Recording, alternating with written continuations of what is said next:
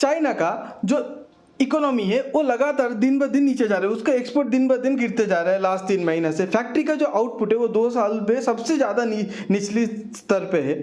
India का जो economic जो बूम आया है, इंडिया की इकोनॉमी देखिए वो कंज्यूमर बेस पे बूम हुआ है, मतलब हम लोग खुद ही का कंट्री से खुद खरीदते हैं और इसके वजह से हम लोग का कंट्री का इकोनॉमी बढ़ रहा है, ठीक है। पर चाइना का ऐसा नहीं है। चाइना का क्या है, चाइना दूसरे कंट्री के ऊपर डिपेंडेंट था, हमेशा एक्सपोर्ट के ऊपर डिपेंडेंट था उसका इकोनॉमी, मतलब सामने वाला कब खरीदेगा तब जाके बढ़ेगा, जिसका कंट्रोल उसके हाथ पे कभी नहीं था।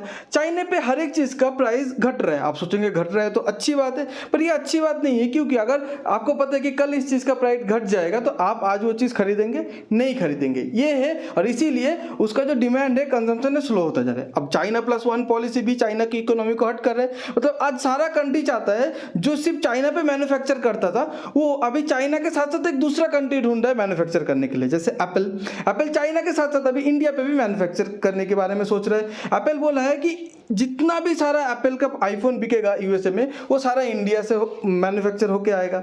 इंडिया अभी ये प्लान कर रहा है कि 2030 तक हम लोग 2 ट्रिलियन का एक्सपोर्ट करेंगे चाइना के ऊपर। और एक प्रॉब्लम क्या है, यूरोपियन यूनियन चाइना के साथ बीच में थोड़ा बहुत क्लोज हुआ है और चाइना सोचा था यूरोपियन यूनियन जो 2020 पे बोला था इन्वेस्ट करेंगे, वो शायद प्लान को इन्वेस्ट फाइनली करेंगे, पर यूरोपियन यूनियन वो प्लान पे अभी नहीं टिकना चाहता है।